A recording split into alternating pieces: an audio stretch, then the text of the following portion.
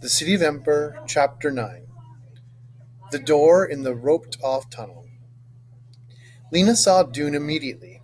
He was reaching up to set a book back on its shelf. He saw her too when he turned around, and his dark eyebrows flew up in surprise as she hurried over to him. "Your father told me you were here," she said. "Dune, I found something. I want to show it to you." "To me? Why?" "I think it's important. It has to do with the pipeworks. Will you come to my house and see it?" "Now?" Dune asked. Lena nodded. Dune grabbed his old brown jacket, and followed Lena out of the library and across the city to Quilliam Square. Granny's shop was closed and dark when they arrived, and so Lena was surprised when they went upstairs and saw Eveline Murdew sitting in her place by the window. "Your grandmother's in her bedroom," Mrs. Murdew said. "She didn't feel well, so she asked me to come." Poppy was sitting on the floor, banging a spoon on the leg of a chair. Lena introduced Dune, then led him into the room she shared with Poppy. He looked around, and Lena felt suddenly self-conscious, seeing her room through his eyes. It was a small room with a lot crammed into it. There were two narrow beds, a very small table that fit into a corner, and a four-legged stool to sit on. On the wall, clothes hung from hooks, and more clothes were strewn untidily on the floor. Beneath the window was a brown stain made by the bean seed in its pot on the windowsill. Lena had been watering it every night because she'd promised Clary she would, but it was still nothing but dirt, flat and unpromising. A couple of shelves beside the window held Lena's important possessions, the pieces of paper she'd collected for drawing, her pencils, a scarf with a silver thread woven through it. On the parts of the wall that had no hooks and no shelves, she had pinned up some of her pictures. "What are those?" Dune asked. "They're from my imagination," Lena said, feeling slightly embarrassed. "They're pictures of another city." "Oh, you made it up?" "Sort of. Sometimes I dream of it." "I draw too," said Dune, "but I draw other kinds of things." "Like what?" "Mostly insects," said Dune. He took her about he told her about his collection and of drawings and the worm was currently observing. To Lena, this sounded far less interesting than an undiscovered city, but she didn't say so. She led Dune over to the table. "Here's what I want to show you," she said. She lifted the metal box. Before she could reach for the papers underneath, Dune took the box and started examining it. "Where did this come from?" he asked. "It was in the closet," Lena said.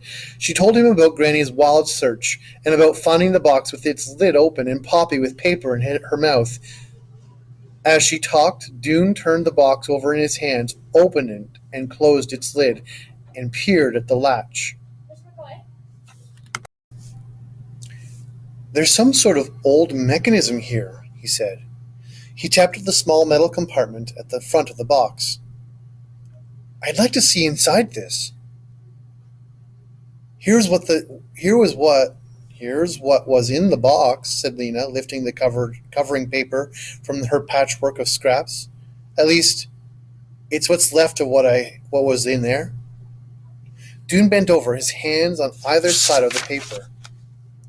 Lena said, "It's called Instructions for Egreston, or maybe Egressman, someone's name anyhow. Maybe a mayor or a guard. I just call it the instructions. I told the mayor about it. I thought maybe it was important. I wrote him a note, but he hasn't answered. I don't think he's interested." Dune said nothing. "You don't have to hold your breath," said Lena. I glued the pieces down. Look, she said, pointing. This word must be pipeworks. And this one, river. And look, at this one, door. Dune didn't answer. His hair had fallen forward, so Lena couldn't see the expression on his face. I thought at first, Lena went on, that it must be instructions on how to do something, how to fix the electricity maybe. But then I thought, what if it's instructions for going to another place? Dune said nothing, so Lena went on. I mean, someplace that isn't here, like another city. I think these instructions say, go down into the pipeworks and look for a door. Dune brushed his hair back from his face, but he didn't straighten up. His gaze was at the broken words. He gazed at the broken words and frowned. Edge, he murmured. Small steel pan. What would that mean? A frying pan, said Lena. But I don't know why there'd be a frying pan in the pipeworks. But Dune didn't answer. He seemed to be talking to himself. He kept reading, moving a finger along the lines of words. Open, he whispered. Follow. Finally, he turned to look at Lena. I think you're right, he said. I think this is important. Oh, I was sure you'd think so, Lena cried. She was so relieved that her words poured out in a rush. Because you take things seriously. You told the truth to the mayor on assignment day. I didn't want to believe it, but then came the long blackout. And I knew things were bad as you said. She stopped, breathless. She pointed to a word on the document. This door, she said. It has to be a door that leads out of Ember. I don't know, said Dune. Maybe, or a door that leads to something more important, even if it isn't that. But it must be that. What else could it be? What else could be more important? What else could be important enough to lock up in a fancy box? Well, I suppose it could be a storage room with special tools in it or something. A look of surprise came over his face. Actually, I saw a door where I didn't expect to see one. Out in tunnel 351. It was locked. I thought it was an old supply closet. I wonder if that could be it. It must be, cried Lena. Her heart sped up. It wasn't anywhere near the river, Dune said doubtfully. That doesn't matter. The river goes through the pipeworks, that's all. It's probably something like that. Go down by the river, then go this way, then that way. Maybe, said Dune. It must be, cried Lena. I know it is. It's the door that leads out of Ember. I don't know if that makes sense, said Dune. A door in the pipeworks could only lead to something underground. And how could that? Lena had no patience for Dune's reasoning. She wanted to dance around the room. She was so excited. We have to find out, she said. We have to find out right away. Dune looked startled. Well, I can go and try the door again, he said. It was locked before, but I suppose... I want to go too, said Lena. You want to come down into the pipeworks? Yes. Can you get me in? Dune thought for a moment. I think I can. If you come just at quitting time and wait outside the door, I'll stay out of sight until everyone has gone, and then I'll let you in. Tomorrow? Okay, tomorrow. Lena stopped at home the next day, only long enough to change out of her messenger jacket, and then she dashed across town to the pipeworks. Dune met her just outside the door, and she followed him inside, where he handed her a slicker, and boots to put on. They descended the long stone stairway, and when they came out into the main tunnel, Lena stood still, staring at the river. I didn't know the river was so big, she said, after she found her voice. Yes, said Dune. Every few years they say someone falls in. If you fall in, there's no hope of fishing you out. The river swallows you and sweeps you away. Lena shivered. It was cold down here. A cold that she felt all the way through. Cold flesh, cold blood, cold bones. Dune led her up the path beside the water. After a while, they came to an opening in the wall, and they turned into it and left the river behind. Dune led the way through winding tunnels. Their rubber boots splashed in pools of water on the floor. Lena thought how awful it would be to work down here all day, every day. It was a creepy place, a place where it seemed people didn't belong. That black river, it was like something in a bad dream. You have to duck here, said Dune. They had come to a roped off tunnel. But there's no light in there, Lena said. No, said Dune. We have to feel our way. It isn't far. He ducked under the rope and went in, and Lena did the same. They stepped forward into the dark. Lena kept a hand against the damp wall and placed her feet carefully. It's right here, said Dune. He had stopped a few feet ahead of Lena. She came up behind him. Put your hand out, he said. You'll feel it. Lena felt a smooth, hard surface. There was a round metal knob, and below the knob a keyhole. It seemed an ordinary door, not at all like the entrance to a new world. But that was what made things so exciting. Nothing was ever how you'd expect it to be. Let's try it, she whispered. Dune took hold of the knob, and twisted. Locked, he said.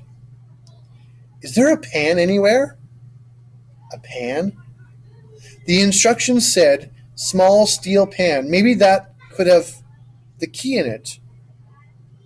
They felt around, but there was nothing, just the rocky walls. They patted the walls. They put their ears to the door. They jiggled the knob and pulled it and pushed it. Finally, Dune said, Well, we can't get in. I guess we better go. And that was when they heard the noise. It was a scuffling, scraping noise that seemed to be coming from somewhere nearby. Lena stopped breathing. She clutched Dune's arm.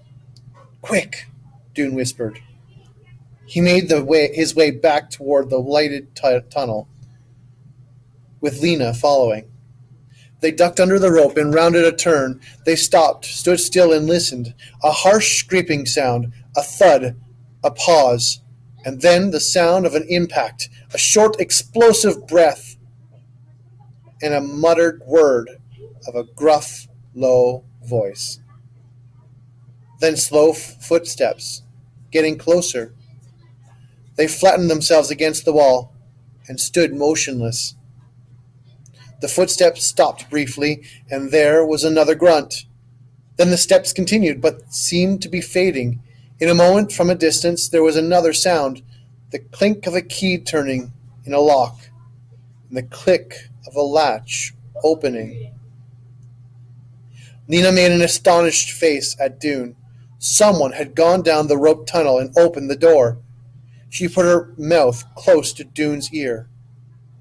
Shall we try to see who it is? She whispered. Dune shook his head. I don't think we should, he said. We should go. We could just peek around the corner. It was too tempting not to try. They crept forward to the place where the tunnel turned. From there, they could see the entrance of the roped tunnel. Holding their breath, they watched.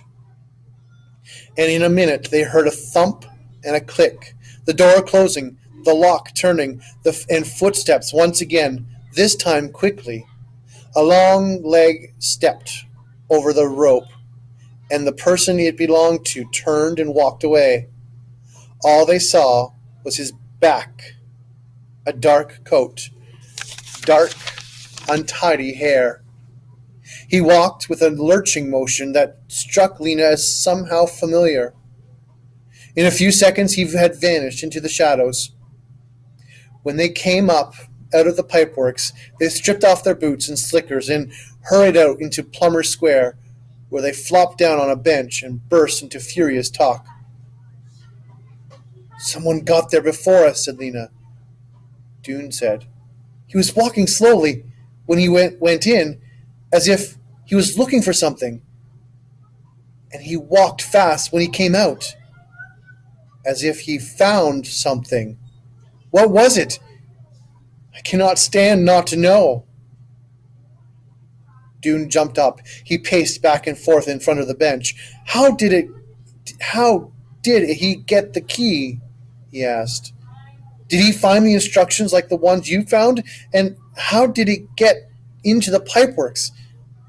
I didn't think he worked there. There's something familiar about the way he walks, said Lena, but I don't know why. Well, anyhow, he opened that door, and we can't, said Dune. If he does go somewhere, if it does lead out of Ember, he'll be telling the whole city pretty soon. He'll be a hero.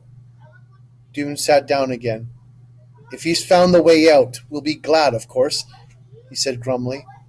It doesn't matter who finds it as long as it helps the city. That's right, Lena said. It's just that I thought we were going to find it, said Dune. Yes, Lena said, thinking of how grand it would have been to stand before all of Ember announcing their discovery. They sat without talking for a while, lost in their own thoughts. A man pulling a cart full of wood scraps went by. A woman leaned from the lighted window of Gapery Square Street and called out to some boys playing in the square below. A couple of guards in their red and brown uniforms and ambled across the square, laughing. The town clock rang out 6 deep booms that Lena could feel, like shudders, beneath her ribs. Dune said, I guess what we do now is wait to see if there's an announcement. I guess so, said Lena. Maybe that door is nothing special after all, said Dune. Maybe it's just an old, unused supply closet. But Lena wasn't ready to believe that. Maybe it wasn't the door out of Ember, but it was a mystery nonetheless. A mystery connected, she was sure, to the bigger mystery that they were trying to solve.